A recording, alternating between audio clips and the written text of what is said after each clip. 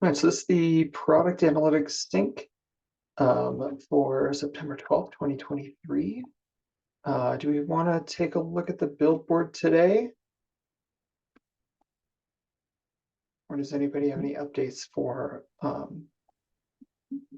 their items they want to share? I'm only just starting to get started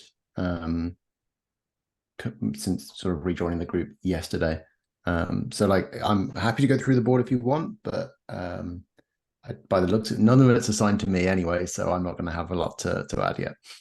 Right. Owen, are there any issues that you want to touch on? There's not too many to update on mine. They're all kind of just in progress. Cool. I'm going to jump ahead to not an agenda item then and look at the 16.5 board real quick. I'm going to share my screen for that.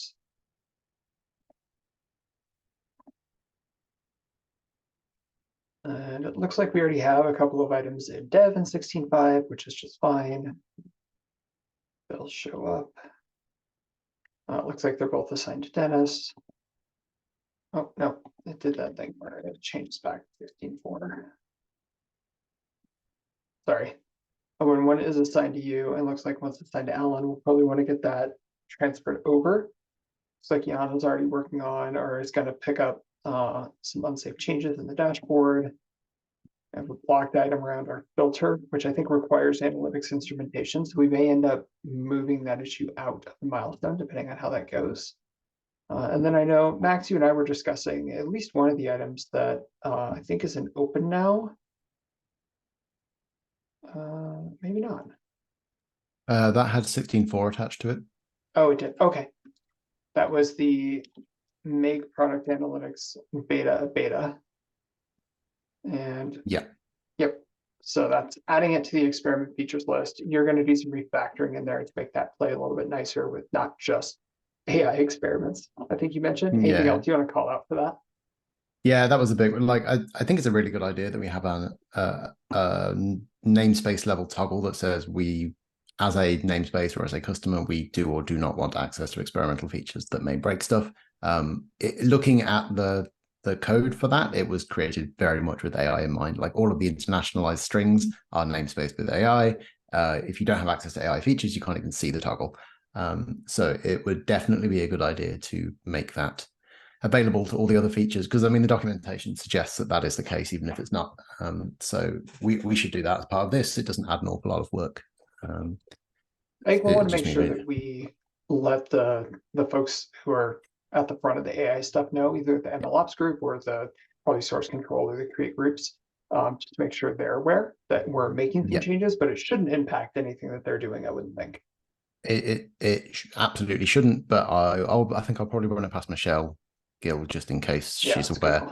But I will be doing it in such a way that in theory they won't even notice it's happening. But yeah, we'll make sure they know. Fantastic. All right. Well, that's a quick run through the build board.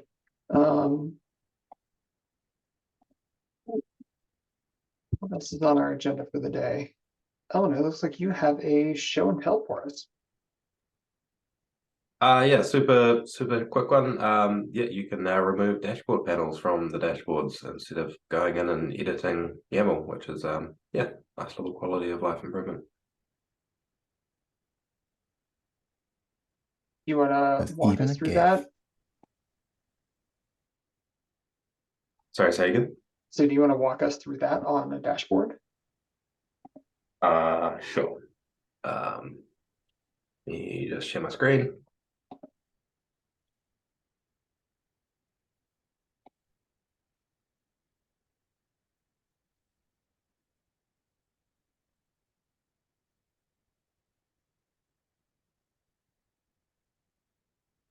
Oh, sorry, no, it's not going to share. Let's try that again.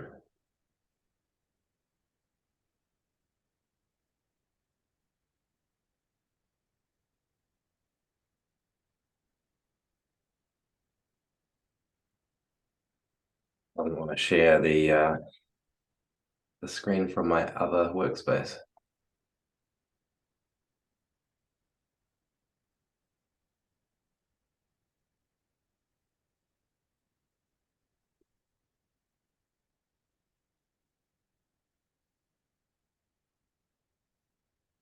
No, I'm not sure why it's not done. I can share. Oh, there we go. There we go. Portion of screen. That'll work.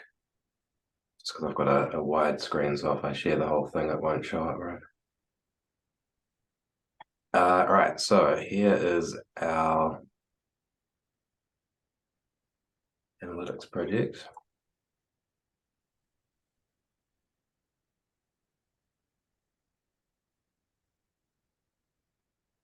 Yeah, so if you add a bunch of panels, there's now a new little actions menu in the top right, which lets you delete them.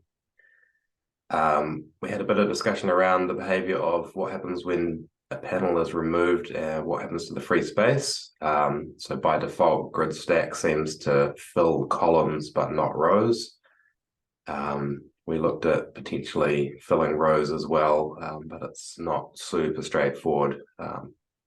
When you get into situations like, for example, this one here, like if I remove this, filling this little bit of space here, it starts to get quite complicated. So for now, it's just the default behavior. But yeah, it's pretty handy. I like it. I noticed that today when I was playing around with this and looking at the new flow. Really nice. Excited to do a demo of it tomorrow on the kickoff recording. Just Great work. one question from me, because I've been out of the loop for such a long time, and I've not seen any of the visualization designer stuff. It looks like it's come on leaps and bounds in the last month or two. When changes are made, then is that affecting the underlying YAML files? That's all connected and working now. Yeah, so you make all the changes, and then as you hit save, it commits it to the YAML file. Amazing. That's so cool. I'm looking forward to really kicking the tires on that now. So the custom dashboard flow all went through a bunch of user validation, usability validation. While Kevin was still here, I think we did 4 rounds with usertesting.com. After that, and we got finalized design, and we ran into a few hiccups and had to make some more minor tweaks. But we're ready to launch the MVC, and then users can customize those views of the dashboards how they want. And one of the, if you play around and create a new dashboard, you'll notice that DORA metrics is a visualization you can add. Yeah, I saw. The value stream dashboard got moved over and it's a visualization now. We're going to filter that out actually to start, as well as we're going to have a new UX then around the user created visualizations, which you can now save a visualization in Visualization Designer. When we have a new designer on team, they're going to rethink that experience of how do I create visualizations, how do I do things like sort or aggregate or average or percentage, or we have lots of improvements we can make to the existing visualizations and then start to add on to those as well based on the feedback that we're getting from customers. Probably the very first thing that I want to get a new version of the visualization done for is, let me get a percentage of single stat that's really two stats, like what's this over this, so I can see a completion percentage. That came up with in our discussion with Lee the other day, as he's thinking about how do we figure out reliability for some of the GDK components, like GDK update. Just knowing how many times it started and how many times it finished over a time frame would be huge, and then looking at it as a percentage is a natural next step. So lots of great use cases there of helping our customers look at the data that they're getting out of their app and seeing how users are using it. So yeah, but really great work, really great work. I'm excited about this. Ready to demo it and get some more folks excited and onboarded. Yeah, everything since I've rejoined the team, everything feels just a bit sort of slicker from the front end. Like I was able to go from nothing empty GDK to a working test project. Like first time, it just all those little pain points we were hitting in the past, they're gone, and that's it's awesome to see. So yeah, thanks for all your hard work. Excellent. Well, anything else to chat about, gents? All right. I'll give everybody 29 minutes back then. 19. Sorry, I can't math. Everybody have a great day. Cheers.